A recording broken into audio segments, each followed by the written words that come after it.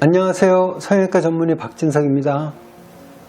저출산 문제가 이야기된 지 꽤 오래된 것 같지만 제가 어렸을 때만 해도 출산을 억제하려는 산하 제한, 영어로 birth control이라고 하는데 이런 것들을 정부에서 하였습니다. 정관 수술을 하면 나라에서 혜택을 주기도 하였죠. 저도 이런 베이비붐 시대에 태어났습니다.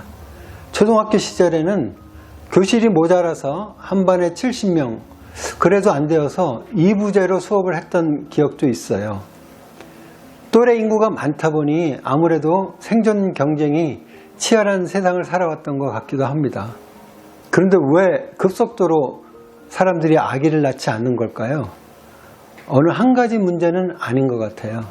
지금까지 경제적인 이유, 육아와 직업을 병행하는 어려움, 경력 단절에 대한 두려움 등등 대한민국 정부와 우리 사회가 이 문제를 해결하기 위해 많은 노력을 하고 있습니다만 아직까지는 성과가 잘 나타나지는 않고 있는 것 같습니다.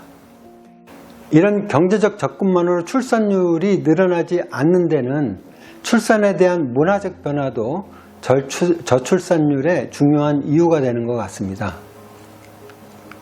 제가 어렸을 때만 하더라도 대를 잇는다는 이야기는 전통 계승의 관점보다는 핏줄, 생존에 대한 생각이었던 것 같아요. 부모님으로부터 나를 지나서 내 자녀에게까지 이어지는 과정을 하나의 생명처럼 여겼던 것이지요. 따라서 자녀를 위해 엄마나 아빠가 희생적 삶을 사는 것이 당연히 여겨졌던 시대였던 것 같아요. 현재의 가족 중심의 그런 개념보다는 나 중심적의 가치관이 중요시 여기는 사회가 되었죠. 그러다 보니까 한 가장의 외벌이가 주를 이루었던 그런 사회에서 아내도 같이 일을 하는 맞벌이 사회로 급속도로 변하고 있습니다. 이에 비해서 사회 시스템은 늘어나는 맞벌이 가구의 변화에 쫓아가지 못하는 상태이고요. 집값이 많이 올라가기도 했지만 과거에는 한 3대가 한 집에 살던 시대였다면 지금은 1인 가구가 늘어나면서 인구 대비 주거 공간의 수요가 훨씬 급증하는 것도 집을 구하지 못하는 원인이 되기도 하는 것 같습니다. 정부와 사회는 이런 젊은 세대들이 쉽게 주거 여건을 마련하고 육아 대책을 세울 수 있도록 정책을 꾸준히 개발하고 있어서 이런 정책들이 모이면 틀림없이 좋은 시대가 올 것 같긴 합니다. 저희 병원에 미군 가족이 가끔 수술 받기도 하는데 미군 가족의 자녀 수에 깜짝 놀라곤 합니다. 자녀가 4명, 5명, 6명인 가정도 종종 보게 됩니다. 사실 저출산을 한마디로 말할 수 없듯이 이런 미군 가족들이 많은 자녀를 두는 것 또한 다양한 이유가 있겠지만 대한민국 정부가 미군 가족의 상황을 잘 살펴서 한번 해답을 구해보는 것도 좋지 않을까 생각됩니다. 하긴 이런 분들은 기본적으로 주거 문제는 해결이 되어 있겠죠.